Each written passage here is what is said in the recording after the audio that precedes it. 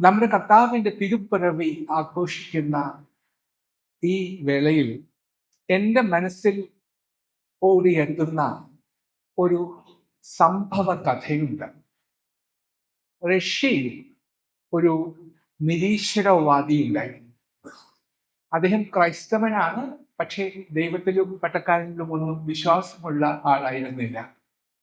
Christmas അവധിക്കാലത്ത് അദ്ദേഹവും അദ്ദേഹത്തിന്റെ ഭാര്യയും രണ്ട് കൊച്ചു കുഞ്ഞുങ്ങളെയും കൂട്ടിക്കൊണ്ട് അദ്ദേഹം സൈബീരിയയിലുള്ള അദ്ദേഹത്തിന്റെ ഫാം ഹൗസിലേക്ക് പോയി. അപ്പൊ വലിയ ധനാഠ്യനായ ആളാണ്, വലിയ ഫാം ഹൗസ് ആണ്. അവിടെ ഒരുപാട് പക്ഷികളെയും മൃഗങ്ങളെയും അദ്ദേഹം വളർത്തുന്നുണ്ടായിരുന്നു.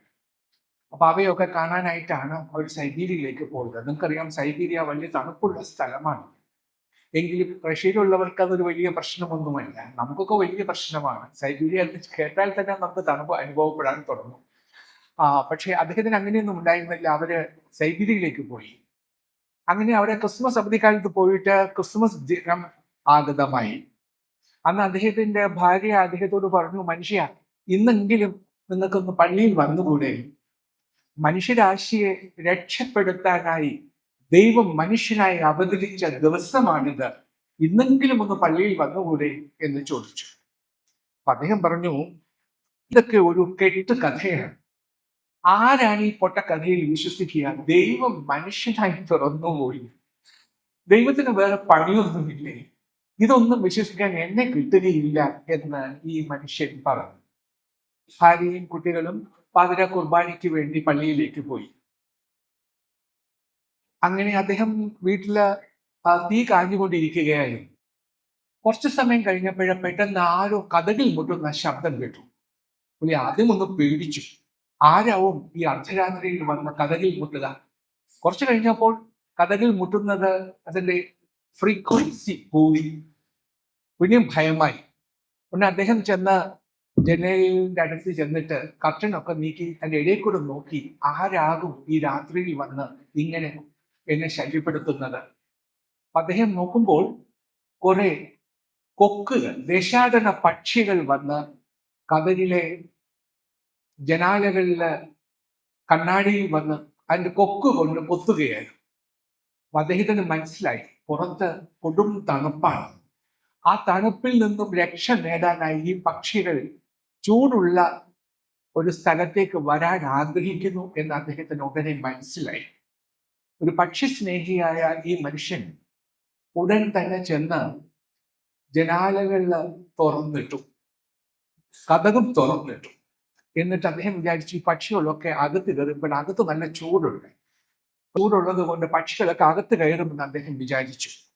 പക്ഷെ അദ്ദേഹത്തെ കണ്ടതും പക്ഷികളെല്ലാം വീണ്ടും അങ്ങ് പറന്ന് വീടിന് ചുറ്റും ഇങ്ങനെ കറങ്ങി പറക്കാൻ തുടങ്ങി. അദ്ദേഹത്തിന് ആകെ വിഷമമായി. എന്ത് ചെയ്യുക? ഈ പക്ഷികളൊക്കെ കുറച്ച് കഴിയുമ്പോൾ ഈ തണുപ്പ് സഹിക്കാൻ വയ്യാതെ അത് ചത്ത് നിലത്ത് വീഴും. അപ്പോൾ തന്നെ എങ്ങനെയെങ്കിലും രക്ഷപ്പെടുത്തണമെന്ന് അദ്ദേഹത്തിന് ആഗ്രഹമുണ്ടായി. അദ്ദേഹത്തിന്റെ മനസ്സിൽ ഒരു ഐഡിയ വന്നു.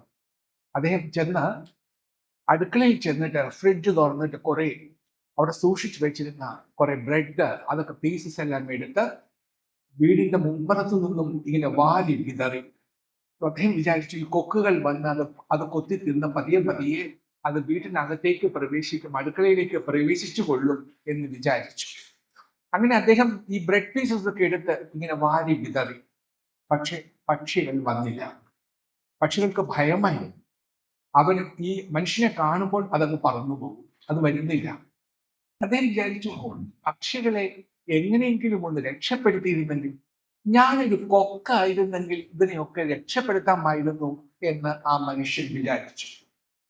പെട്ടെന്ന് അദ്ദേഹത്തിന് ഒരു ബോധമുണ്ടായി. തൻ്റെ തൊഴുത്തിൽ ഒരുപാട് കൊക്കുകളെ വളർത്തിയിട്ടുണ്ട്. കൊക്കുകളെ എന്നാൽ പുറത്തോട്ട് പറത്തി വിട്ടാല് അത് പറക്കും. കുറച്ചു കഴിയുമ്പോൾ വളർത്തു കൊക്കുകളായതുകൊണ്ട് അതൊക്കെ തിരികെ കൂടിലേക്ക് പ്രവേശിക്കും. ദേശാടന പക്ഷികളുടെ സ്വഭാവം എന്ന് പറയുന്നത് മുൻപേ പറക്കുന്ന പക്ഷിയുടെ പിന്നാലെ ബാക്കിയുള്ള പക്ഷികളൊക്കെ പറക്കും.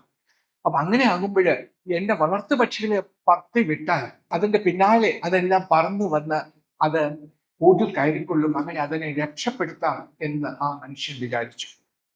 അയാൾ ചെന്ന് അയാളുടെ കൂട്ടിൽ നിന്നും കൊക്കുകളെ തുറന്നു വിട്ടു. അത് പുറത്തേക്ക് പറന്നുപോയി. തണുപ്പ് സഹിക്കാൻ വയ്യാതുന്നത് കൊണ്ട് ഈ വളർത്തു കൊക്കുകളൊക്കെ പെട്ടെന്ന് തന്നെ തിരികെ കൂടിലേക്ക് പ്രവേശിച്ചു. അതിന്റെ പിന്നാലെ മറ്റ് ദേശാടന പക്ഷികളും കൂടിലേക്ക് പ്രവേശിച്ചു. അപ്പോൾ അദ്ദേഹത്തിന് മനസ്സിലായി, കൊക്കുകളെ രക്ഷിക്കാൻ ഒരു കൊക്ക് തന്നെ വേണമായിരുന്നു. ഒരു മനുഷ്യനെ രക്ഷിക്കാൻ ഒരു മനുഷ്യനെ വേണ്ടിയിരുന്നു എന്ന് പറഞ്ഞതിന്റെ അർത്ഥം എന്താണെന്ന് അപ്പോൾ അദ്ദേഹത്തിന് മനസ്സിലായി. പ്രിയപ്പെട്ടവരെ, കുറച്ചു മുമ്പ് നിങ്ങൾ പാടിയ പാട്ട്, ആ സന്തോഷ വർത്തമാനം നിങ്ങൾ അറിഞ്ഞോ? ആ സ്വർഗീയ വർത്തമാനം നിങ്ങൾ അറിഞ്ഞോ? ഒരു രക്ഷകൻ നിങ്ങൾക്കായി പിറന്നിരിക്കുന്നു എന്ന വർത്തമാനം നിങ്ങൾ അറിഞ്ഞോ എന്നർത്ഥം വരുന്ന മനോഹരമായ പാട്ട് ഇവിടെ പാടുകയുണ്ടായി. നമ്മളുടെ രക്ഷയ്ക്ക് വേണ്ടി ഒരു രക്ഷകൻ പിറക്കുന്നു. പ്രിയപ്പെട്ടവരെ, ഇതാണ് ഈ ക്രിസ്മസിന്റെ ഏറ്റവും വലിയ മഹത്വം. നമ്മളുടെ രക്ഷയ്ക്ക് വേണ്ടി ഒരു രക്ഷകൻ പിറക്കുന്നു. ദൈവം മനുഷ്യനായി പിറക്കുന്നു. എല്ലാ സർവചരാചരങ്ങളെയും നിയന്ത്രിക്കുന്നവൻ, അതെല്ലാം വെടിഞ്ഞ്, നേരത്തെ ബഹുമാനപ്പെട്ട വർഗീസ് അച്ഛൻ ഇവിടെ പറഞ്ഞതുപോലെ പരിമിതികളിലേക്ക് ഇറങ്ങി വരുന്നു, മനുഷ്യരുടെ ഇടയിലേക്ക് ഇറങ്ങി വരുന്നു. ഇത് നമ്മൾ ചിന്തിക്കേണ്ടുന്ന ഒരു കാര്യമാണ്. നിങ്ങൾ വിശുദ്ധ ലൂക്കോസിന്റെ സുവിശേഷം 1-ാം അധ്യായം വായിക്കുമ്പോൾ, അതിൻ്റെ 68 മുതൽ 79 വരെയുള്ള വാക്യങ്ങൾ വായിക്കുമ്പോൾ, അവിടെ ഒരു പ്രായമായ ഒരു പുരോഹിതന്റെ പ്രവചനാത്മകമായ കുറെ പ്രവചനങ്ങൾ കേൾക്കാം. ആരാണ് ആ പുരോഹിതൻ? സെഖര്യാ പുരോഹിതൻ, യോഹന്നാൻ സ്നാപകന്റെ പിതാവ്. അദ്ദേഹത്തിന് സംസാരശേഷി നഷ്ടപ്പെട്ടു. അത് കഴിഞ്ഞ് അദ്ദേഹം, യോഹന്നാൻ പിറന്നപ്പോൾ അവന്റെ പേരെന്താകണമെന്ന് ചോദിച്ചപ്പോൾ അവനൊരു പലകയിൽ യോഹന്നാൻ എന്ന് എഴുതി കാണിച്ചു. അത് കഴിഞ്ഞപ്പോൾ അദ്ദേഹത്തിന് സംസാരശേഷി വീണ്ടും കിട്ടി. നിങ്ങൾക്ക് ഈ കഥ നന്നായിട്ട് അറിയാം. അപ്പോൾ സംസാരശേഷി വീണ്ടെടുക്കുമ്പോൾ സെഖര്യാവ് പരിശുദ്ധാത്മാവ് നിറഞ്ഞവനായി പ്രവചിച്ചു പറഞ്ഞത് ഈ വാക്യങ്ങളിൽ, ഈ ഭാഗത്ത് കാണും. അതിൽ 70-71 വാക്യങ്ങളിലേക്ക് നിങ്ങളുടെ സവിശേഷമായ ശ്രദ്ധ ഞാൻ ക്ഷണിക്കുകയാണ്. അത് പറയുന്നു, എക്കോട്ട്, നമ്മുടെ ശത്രുക്കളുടെ വശത്ത് നിന്നും നമ്മെ പകയ്ക്കുന്ന ഏവരുടെയും കയ്യിൽ നിന്നും നമ്മെ രക്ഷിപ്പാൻ തന്റെ ദാസനായ ദാവീദിന്റെ ഗൃഹത്തിൽ നമുക്ക് രക്ഷയുടെ കൊമ്പ് ഉയർത്തിയിരിക്കുന്നു എന്ന് എഴുതിയിരിക്കുന്നു. ഇതിൽ രക്ഷയുടെ കൊമ്പ് എന്ന ഫ്രേസ്, എന്ന ആശയ സമുച്ചയം എന്ന മലയാളത്തിൽ, ഇത് നമ്മൾ ശ്രദ്ധിക്കണം. രക്ഷയുടെ കൊമ്പ്. എന്താണ് ഈ രക്ഷയുടെ കൊമ്പ്? ഈ ക്രിസ്തുമസ് ദിനത്തിൽ എൻ്റെ മനസ്സിന്റെ കണ്ണിന് മുമ്പിൽ ഞാൻ ആനന്ദത്തോടെ ഉയർത്തിപ്പിടിക്കുന്ന ഒരു ദൃശ്യമാണിത്. യേശു രക്ഷയുടെ കൊമ്പാണ്. ഇവിടെ ഉദ്ദേശിക്കുന്ന കൊമ്പ് ഒരു സംഗീതോപകരണമല്ല. അത് കാട്ടുപോത്തിന്റെ പ്രാണഘാതിയായ ആയുധമായ കൊമ്പാണ്. പുതിയ നിയമത്തിൽ യേശുവിനെ കൊമ്പ് എന്ന് വിശേഷിപ്പിക്കുന്ന ഏക ഭാഗം ഈ പറഞ്ഞ 70-71 വാക്യങ്ങളിലാണ്. പുതിയ നിയമത്തിൽ വേറെ എങ്ങും തന്നെ രക്ഷയുടെ കൊമ്പ് എന്ന ഫ്രേസ് ഉപയോഗിച്ചിട്ടില്ല. പിന്നെ ഇത് സഖറിയാവ് ഈ പ്രയോഗം നടത്തിയപ്പോൾ തീർച്ചയായിട്ടും അദ്ദേഹത്തിന് ഈ ഉപമയെക്കുറിച്ച് എവിടെയെങ്കിലും വായിച്ചിട്ടുണ്ടാവണം. അപ്പോൾ അത് പഴയ നിയമത്തിൽ നിന്നാണ്. അതുകൊണ്ട് നമുക്ക് പഴയ നിയമത്തിലേക്ക് ഒന്ന് മടങ്ങിപ്പോകേണ്ടതായിട്ടുണ്ട്. സങ്കീർത്തനം 92:9-10 കൊമ്പ് എന്തിനെ സൂചിപ്പിക്കുന്നു എന്ന് വ്യക്തമാക്കുന്നു. കാണുക കർത്താവേ, നിന്റെ ശത്രുക്കൾ നശിക്കും, സകല ദുഷ്ടന്മാരും ചിതറിപ്പോകും, എന്നാൽ നീ എൻ്റെ കൊമ്പിനെ കാട്ടുപോത്തിൻ്റെതുപോലെ ഉയർത്തിയിരിക്കുന്നു എന്ന് എഴുതിയിരിക്കുന്നു. കൊമ്പ് ശക്തിയുടെ അടയാളവും ജയത്തിലേക്കുള്ള ഒരു ഉപകരണവുമാണ്. ഇനി മീഖാ പ്രവാചകന്റെ പുസ്തകം 4:13 പറയുന്നു, ദൈവം യെരൂശലേമിനോട് പറയുകയാണ്, സിയോന്റെ പുത്രിയെ, എഴുന്നേറ്റ ധാന്യം മെതിക്ക, ഞാൻ നിന്റെ കൊമ്പിനെ ഇരുമ്പാക്കി നിന്റെ കുളമ്പുകളെ താമ്രമമായി മാറ്റും, അനേകം ജനങ്ങളെ തകർക്കും എന്ന് എഴുതിയിരിക്കുന്നു. വചനം 70 പറയുന്നത് ഈ രക്ഷയുടെ കൊമ്പ് വരുമെന്നാണ്. പുരാതന കാലം മുതലേ പ്രവചിക്കപ്പെട്ടിരുന്നു എന്നുള്ളതാണ്. ഇത്തരം ഒരു പ്രവർത്തനത്തിന്റെ ഏറ്റവും വ്യക്തമായ ഉദാഹരണങ്ങളിൽ ഒന്ന് സങ്കീർത്തനം 132:17 പറയുന്നുണ്ട്. അവിടെ ദൈവം യെരൂശലേമിനെ കുറിച്ച് പറയുന്നു, അവിടെ ഞാൻ ദാവീദിനായി ഒരു കൊമ്പ് മുളപ്പിക്കും, എന്റെ അഭിഷക്തിനു വേണ്ടി ഒരു വിളക്ക് ഞാൻ ഒരുക്കിയിരിക്കുന്നു, അവിടെ ശത്രുക്കളെ ഞാൻ ലജ്ജയാൽ പൊതിയും എന്ന് എഴുതിയിരിക്കുന്നു. ഒരു പോത്തിന്റെ കൊമ്പ് മുളച്ച് ഇരുമ്പ് പോലെ ശക്തി പ്രാപിക്കുമ്പോൾ അവന്റെ എല്ലാ ശത്രുക്കളും ഭയപ്പെടും. എന്നാൽ പഴയ നിയമത്തിൽ എല്ലായിടത്തും കാണുന്നത് ഇസ്രായേലിന് വേണ്ടി യുദ്ധം ചെയ്യുന്ന ഒരു ദൈവത്തെയാണ്. അവനെയാണ് രക്ഷയുടെ കൊമ്പെന്ന് പഴയ നിയമത്തിൽ പറയുന്നത്. കാരണം അവൻ ശക്തനാണ്, തന്റെ ജനത്തിന്റെ ശത്രുക്കൾക്കെതിരെ ജയമുണ്ടാക്കുന്നവനാണ്. അതിനാൽ രക്ഷയുടെ കൊമ്പ് എന്ന പഴയ നിയമത്തിൽ പറയുന്നത് ദൈവത്തെക്കുറിച്ചാണ്, അത് മനുഷ്യനെ കുറിച്ചല്ല. ദൈവത്തെ തന്നെയാണ് അത് സൂചിപ്പിക്കുന്നത്. 2 ശമൂവേൽ 22:3, സങ്കീർത്തനം 18:2 ഈ രണ്ട് ഭാഗത്തും ശൗലിൽ നിന്നും ദൈവം അവനെ രക്ഷിച്ചതിന് ശേഷം ദാവീദ് പാടിയ ഒരേ സങ്കീർത്തനമാണ് രേഖപ്പെടുത്തിയിരിക്കുന്നത്.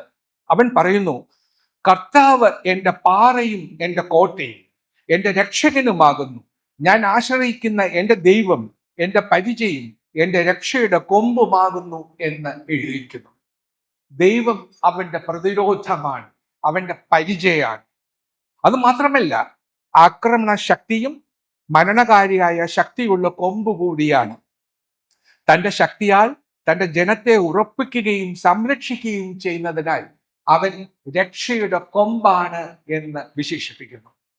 ഇത് നമ്മളെ വിശുദ്ധ ലൂക്കോസിന്റെ സുവിശേഷം 1:69 നയിക്കുന്നു. യേശു രക്ഷയുടെ കൊമ്പാണ്.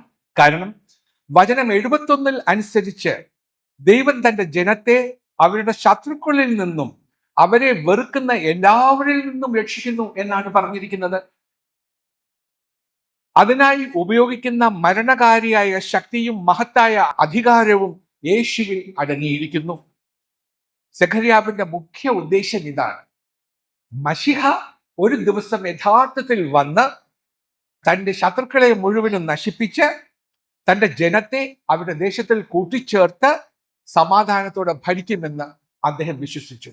കാരണം അതാണ് എല്ലാ യഹൂദന്മാരുടെയും വിശ്വാസം. മശിഹ വരും. എങ്ങനെയാ വരാൻ പോകുന്നത്?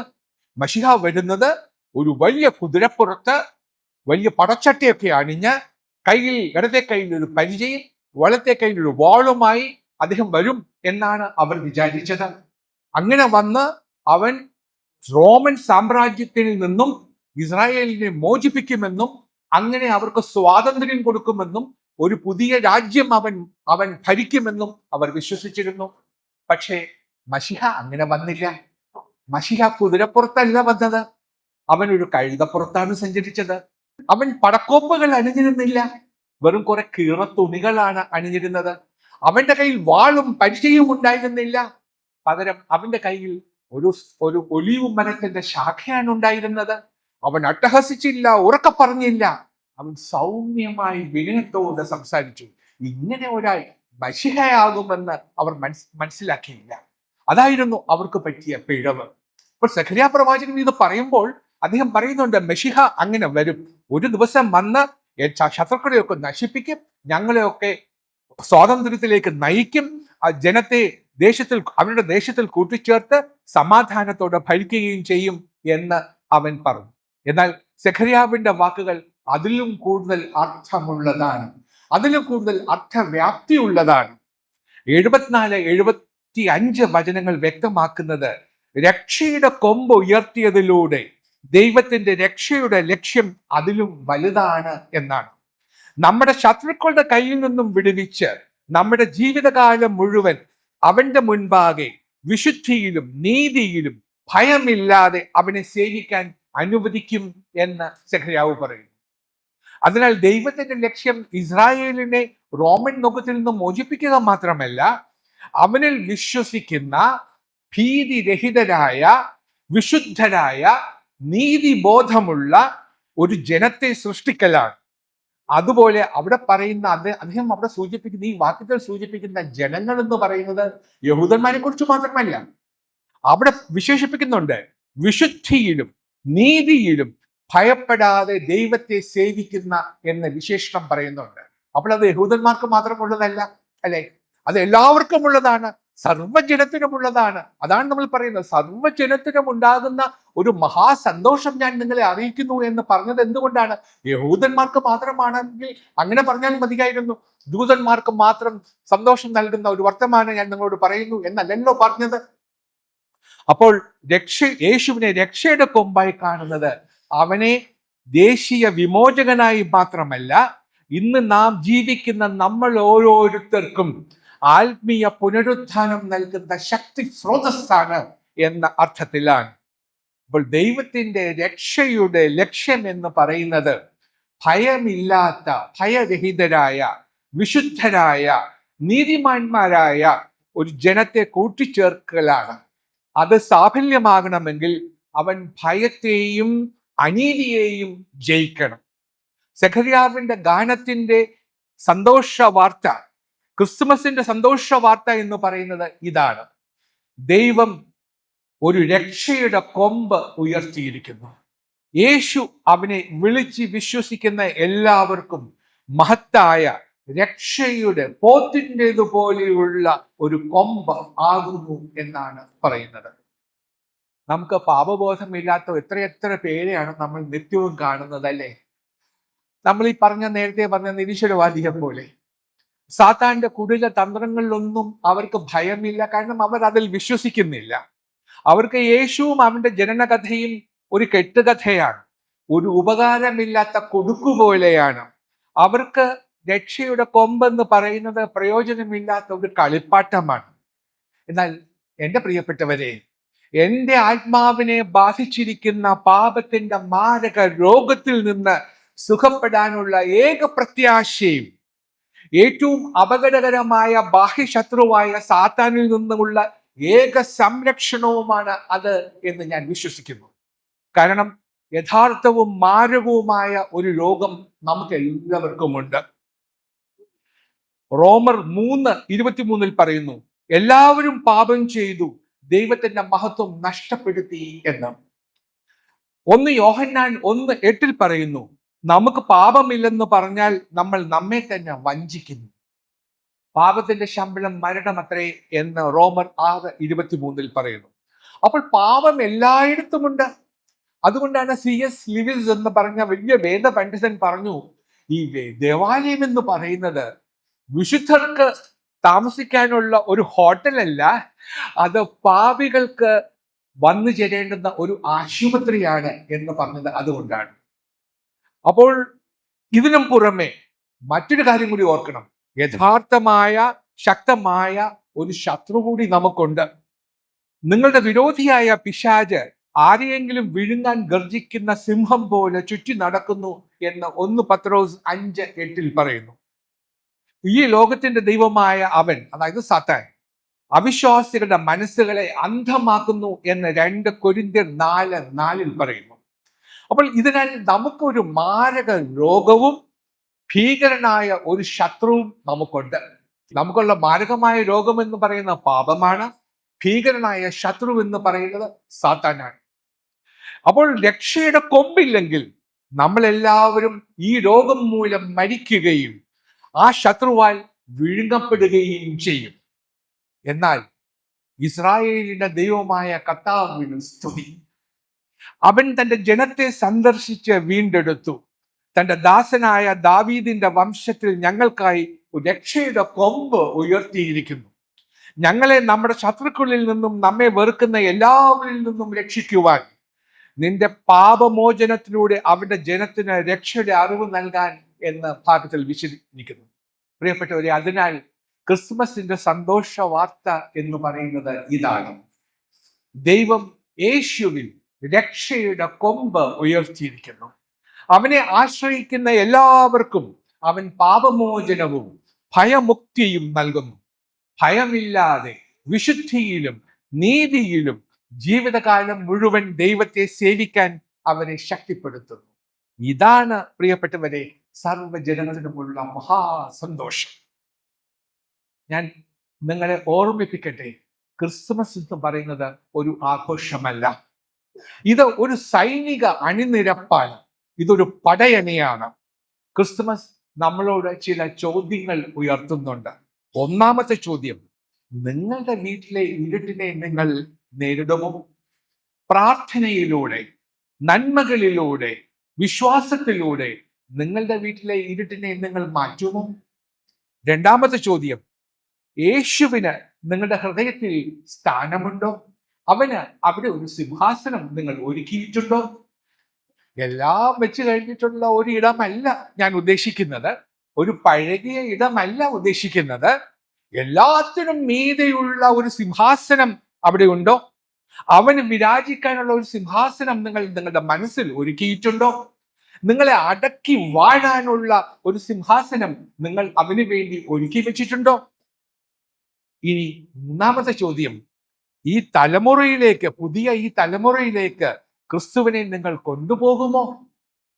മറിയം അവനെ ഗർഭത്തിൽ വഹിച്ചു. നമുക്ക് അവനെ സാക്ഷ്യത്തിൽ വഹിക്കണം. നമ്മുടെ പ്രവൃത്തികളിൽ, നമ്മുടെ സ്നേഹത്തിൽ, നമ്മുടെ ധൈര്യത്തിൽ. ഈ ക്രിസ്തുമസ് ദൈവം നിങ്ങളുടെ ഉള്ളിൽ തീ കൊളുത്തുന്ന സമയമാണ്. ഞാനിത് പ്രവചനാത്മകമായി പറയുന്നു. ഈ ക്രിസ്തുമസ് ദൈവം നിങ്ങളിൽ കൊളുത്താൻ ആഗ്രഹിക്കുന്നത് വചനത്തോടുള്ള പുതിയ ദാഹമാണ്. അത് പ്രാർത്ഥനയിലെ പുതിയ അഭിഷേകമാണ്. അത് സുവിശേഷം ധൈര്യത്തോടെ പ്രഖ്യാപിക്കുന്ന ശക്തിയാണ്. അത് വിശുദ്ധിയുടെ വിശപ്പാണ്. അത് കുടുംബത്തിലെ നവോത്ഥാനമാണ്. ഏതു വലിയ ശത്രുവിനും അണക്കാൻ കഴിയാത്ത, കെടുത്താനാവാത്ത തീയാണ്. ഏത് കെട്ടുപോകുന്ന കാറ്റിലും അണയാതെ കത്തിക്കൊണ്ടിരിക്കുന്ന തീനാളമാണ്. ക്രിസ്തു ലോകത്തിലേക്ക് കടന്നു വന്നതുപോലെ ക്രിസ്തു നിങ്ങളുടെ ഓരോ ജീവിത സാഹചര്യത്തിലേക്കും കടന്നു വരട്ടെ. നിങ്ങളുടെ രോഗങ്ങളിലേക്കും, നിങ്ങളുടെ കലഹങ്ങളിലേക്കും, നിങ്ങളുടെ ഭയത്തിലേക്കും, നിങ്ങളുടെ നിരാശയിലേക്കും, നിങ്ങളുടെ പോരാട്ടങ്ങളിലേക്കും അവൻ കടന്നു വരട്ടെ. രാജാവ് കടന്നു വന്നാൽ ഇരുട്ടുമാറും, ബന്ധനങ്ങൾ അഴിയും, ഭയം വിട്ടൊഴിയും. അപ്പോൾ നമ്മുടെ പ്രതീക്ഷ ഉയരും, അത്ഭുതങ്ങൾ പ്രവഹിക്കും. അതിനാൽ പ്രിയപ്പെട്ടവരെ, രാജാവിനെ അകത്തേക്ക് ക്ഷണിക്കുക. ബെത്ലഹേമിലേക്ക് വന്ന രാജാവ് ഇന്ന് നിങ്ങളുടെ ഹൃദയത്തിലേക്കാണ് വരുന്നത്. ജയം നേടിയ രാജാവ് എന്ന അധികാരത്തോടെ അവൻ നിങ്ങളുടെ വാതിൽക്കൽ നിന്ന് മുട്ടുന്നു. നിങ്ങളുടെ വാതായനങ്ങൾ മലർക്കെ തുറക്കുക. രക്ഷയുടെ കൊമ്പ് അവിടെ പ്രവേശിക്കട്ടെ. ജീവന്റെ നാഥൻ അവിടെ പ്രവേശിക്കട്ടെ. ഈ ക്രിസ്മസ് വരട്ടെ പൂർണ്ണ സമർപ്പണത്തിന്റെയും പൂർണ്ണ വിമോചനത്തിന്റെയും ആഴത്തിലുള്ള ക്ഷമയുടെയും ധൈര്യപൂർവമായ സാക്ഷ്യത്തിന്റെയും അഗ്നിജ്വാലയുള്ള ആരാധനയുടെയും വർഷമായി ഈ വർഷം മാറട്ടെ. പ്രിയപ്പെട്ടവരെ, ലോകം ക്രിസ്മസ് ട്രീകൾ ആഗ്രഹിക്കുന്നില്ല. മാനം മുട്ടയുള്ള കത്തീഡ്രലുകളും അവർ ആഗ്രഹിക്കുന്നില്ല. സിംഹാസനത്തിന്റെ പേരിൽ തമ്മിൽ പോരടിക്കുന്ന പിതാക്കന്മാരെയും അവർ ആഗ്രഹിക്കുന്നില്ല. അവർ ആഗ്രഹിക്കുന്ന എന്താണ്? തീ നിറഞ്ഞ, പുണ്യം നിറഞ്ഞ, ക്രിസ്തു നിറഞ്ഞ ഒരു സഭയാണ്. രാജാവ് ഇപ്പോൾ ഇതാ വന്നിരിക്കുന്നു. ഇപ്പോൾ അവന്റെ ശക്തിയിൽ നിങ്ങൾ എഴുന്നേൽക്കുക. ക്രിസ്തുമസ് മനുഷ്യ ചരിത്രത്തിൽ ദൈവം കടന്നു വന്ന് നഷ്ടപ്പെട്ടതെല്ലാം വീണ്ടെടുത്ത ദിവസമാണ്. ഇതാണ് ക്രിസ്തുമസ്. രക്ഷയുടെ കൊമ്പാകുന്ന ദൈവം നമ്മോടൊപ്പം. രക്ഷയുടെ കൊമ്പാകുന്ന ദൈവം നമുക്ക് വേണ്ടി. രക്ഷയുടെ കൊമ്പാകുന്ന ദൈവം നമ്മിൽ. രക്ഷയുടെ കൊമ്പാകുന്ന ദൈവം നമ്മിലൂടെ. സഭ എഴുന്നേൽക്കട്ടെ, ഉറക്കത്തിൽ നിന്നും ഉണരട്ടെ, വിശ്വാസികൾ തെളിഞ്ഞുയരട്ടെ, ബന്ധനങ്ങൾ തകർന്നു പോകട്ടെ, രക്ഷയുടെ കൊമ്പിന് മഹത്വം ലഭിക്കട്ടെ. ഹല്ലേലൂയ.